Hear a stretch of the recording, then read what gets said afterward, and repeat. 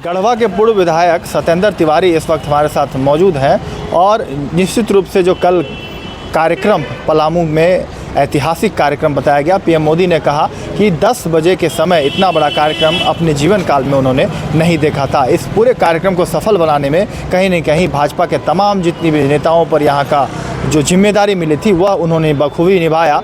और इस चुनाव को लेकर जो 14 सीट जीतने की बात कही जा रही है उसको लेकर क्या कुछ कहा है विधायक, जो पूर्व विधायक है सत्येंद्र तिवारी ने, यह कुछ आप देखिए। और किस तरीके से इस बार जीत को लेकर आश्वस्त हैं। वही पूर्व मुख्यमंत्री हेमंत सोरेन को लेकर क्या कुछ उन्होंने कहा है, ईडी सीबीआई और आदिवासी सरना कोड, तमाम मुद्दों को लेकर जो है किस तरीके से उन्होंने अपनी राय दी है, यह देखिए। दादा, इस बार जो ये लक्ष्य आप लोगों ने रखा है 400 का पार, 14 सीट जीतने की, कल मोदी जी आए थे, ऐतिहासिक रहा कार्यक्रम, कैसे देखते हैं इस बार चुनाव को? नहीं, देखिए अंडर करेंट है, लोग हर हाल में मोदी जी को चाहते हैं। अब मोदी जी हमें लगता है कि मास लीडर हैं, इनका कोई भाया मीडिया नहीं बल्कि गांव गरीब से इनका सीधा कनेक्शन है। अब बहुत सारी योजनाएं मोदी जी द्वारा चलाया जा रहा है कि वो इसका सीधा बेनिफिट गांव के जो सबसे निचले पायदान पर व्यक्ति हैं वहां तक पहुंचता है। तो उसे लगता है कि मेरा कनेक्टिविटी सीधा मोदी जी से है और हकीकत भी है। अब पीएम किसान योजना को ही देखिए, बहुत सारा चीज़ ऐसा है। तो इस बार तो मैं दावे के साथ कह सकता हूँ कि किसी कीमत पर कोई दूसरा पार्टी, कहीं कोई विकल्प है ही नहीं, कोई टक्कर में ही नहीं है। अब आप बताइए 22-24 को पार्टी मिलकर चुनाव लड़ रहे हैं, कौन पीएम होगा उसका भी ठिकाना नहीं है। उस सरकार का क्या हाल और हफ्र होगा सबको पता है।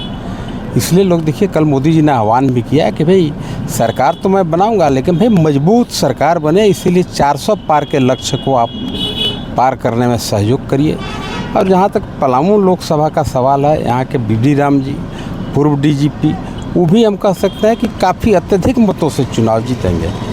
यही लोकतंत्र जो बात कही जा रही है विपक्ष द्वारा कि लोकतंत्र खतरे में है, संविधान आरक्षण पे वह कहा जा रहा है, इन तमाम चीज़ों को लेकर क्या दिग्भ्रमित की जा रही है इंडिया गठबंधन जेएमएम कांग्रेस के लोगों द्वारा?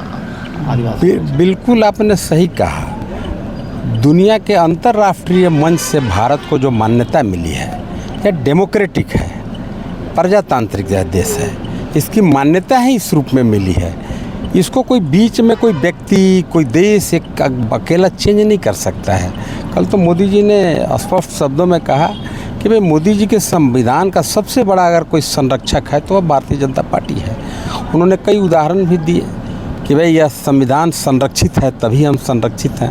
उन्होंने जहाँ तक ST SC OBC के आरक्षण की बात कही, उन्होंने खुले मंच से कहा कि भाई ST SC OBC के जो आरक्षण है उसमें मैं एक रत्ती कम नहीं करूँगा, बल्कि दूसरे कई अन्य राज्यों में जो लोग गलत तरीक़ा से आरक्षण का लाभ ले रहे हैं, ज़रूरत पड़ा तो उनके आरक्षण के कोटा को काट करके और ST SC और OBC में मैं बढ़ाने का काम करूंगा। अच्छा, बार बार ये कहा जाता है कि सरना कोड पर बात नहीं करते हैं पीएम मोदी, आते हैं यहाँ के स्थानीय मुद्दे, रोजगार पर बात नहीं करते हैं, आते हैं हवाई उनका भाषण विपक्ष को लगता है। नहीं, सरना कोड पर बात नहीं करते हैं ऐसा तो नहीं है।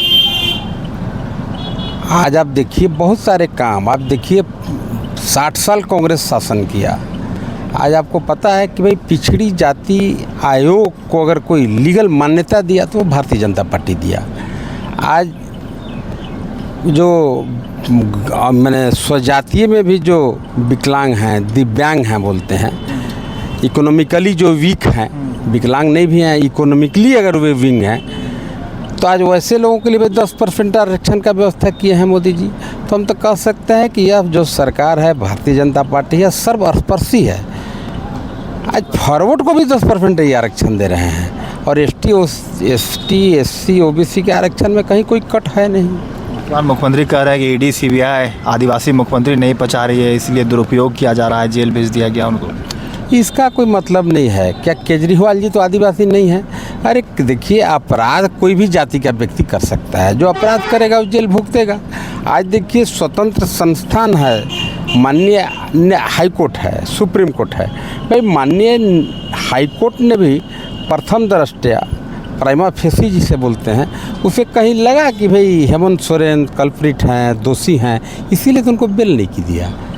अगर उसे लगता है कि इसमें कोई तथ्य नहीं है, कोई मेरिट नहीं है केस में, उनको बेल हो जाता है। बेल तो कोई भाजपा सरकार के, मोदी सरकार के अधीन है नहीं, वो तो स्वतंत्र स्वायत्त संस्था है।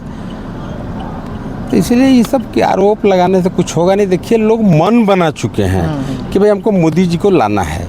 अभी आप देखते होंगे दुनिया के बेस्ट इकोनॉमी में 5 बेस्ट इकोनॉमी में भारत का नाम आ गया। पहले हम 11वें पायदान पर थे। अब राजनीति है, वो लोग तो दिग्भ्रमित करेंगे, उसका दिग्भ्रमित का कोई बहुत माने मतलब नहीं है। नंबर अपने सहयोगी अमन के साथ जेके न्यूज़ नेटवर्क के लिए मैं कौशल कुमार। और ऐसी ही तमाम खबरों के लिए सब्सक्राइब करें हमारे चैनल जेके न्यूज़ नेटवर्क को और हाँ, बेल आइकन दबाना ना भूलें।